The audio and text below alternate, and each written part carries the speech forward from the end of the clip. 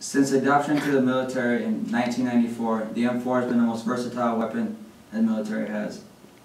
Hello, my name is John Davis, and I'm here to talk to you about my M4. Some things I'll go over are the M4 basics, its characteristics, how it works, attachments on my rifle, the ammunition I use, and the ranges and what they mean, and finally how I clear out my weapon. In order to master anything, you have to start with the basics. Before I got to handle this weapon for the first time, I had to master all the basic information for the M4. The M4, unlike its cousin the M16, has a 4-position collapsible stock. This is extremely beneficial for close quarter combat. The M4 is 33 inches long, completely open, and 29.75 inches long, completely collapsed. The M4 has a barrel that is 5.5 inches shorter than the M16. The M4 fires 5.56 NATO ammunition.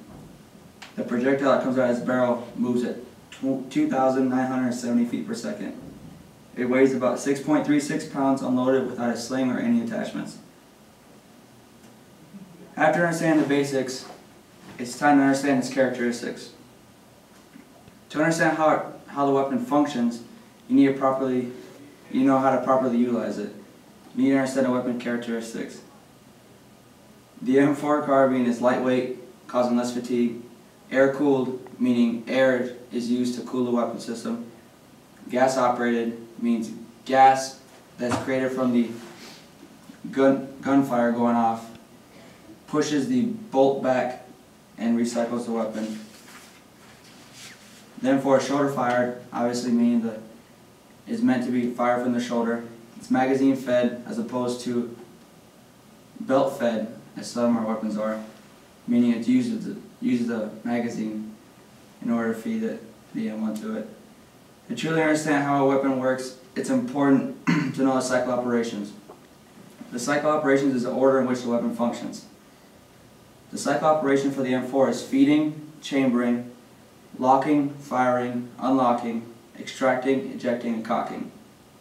The magazine feeds the ammunition into the weapon. The bolt then chambers the round. The bolt twists and locks. You then pull the trigger, firing the weapon. The bolt twists the opposite direction as before and unlocks. The extractor grabs onto the back of the cartridge, extracting the cartridge from the chamber. The ejector then ejects the cartridge. At the same time, the bolt cocks itself. After fully understanding our weapon system, it's important to understand how the attachments on your weapon work in order to use it correctly. The attachments I have on my M4 make it easier to operate in certain conditions. I have an M68, which is a non-magnified optic that uses a red dot as an aiming reference. I also have a light attached to my M4. My light is 60 lumens and it's used for low light conditions. I also have a PAC 15 on my M4, which is a laser aiming device used in conjunction with the night vision goggles. It also has a visual red dot for daytime operations. I also have a vertical foregrip, which is used to control your weapon better. You can have all the cool attachments in the world, but without proper training you won't know how to use them. There are a couple different ammunition types that I use for my M4. There are 2 different types I carry on a regular basis. I carry the M855, which is a ball round, and I also carry a M856, which is a tracer round. Tracer rounds are used to see where you're shooting. Some of the other ammunition used with the M4 are dummy rounds and blanks. Blank rounds make a noise similar to a gunfire, so you can practice how you react to that. A big part of learning how to use your weapon system is knowing its ranges. Knowing the ranges of your weapon system is very important so you can effectively use it. The ranges are broken down into 3 simple categories: point target,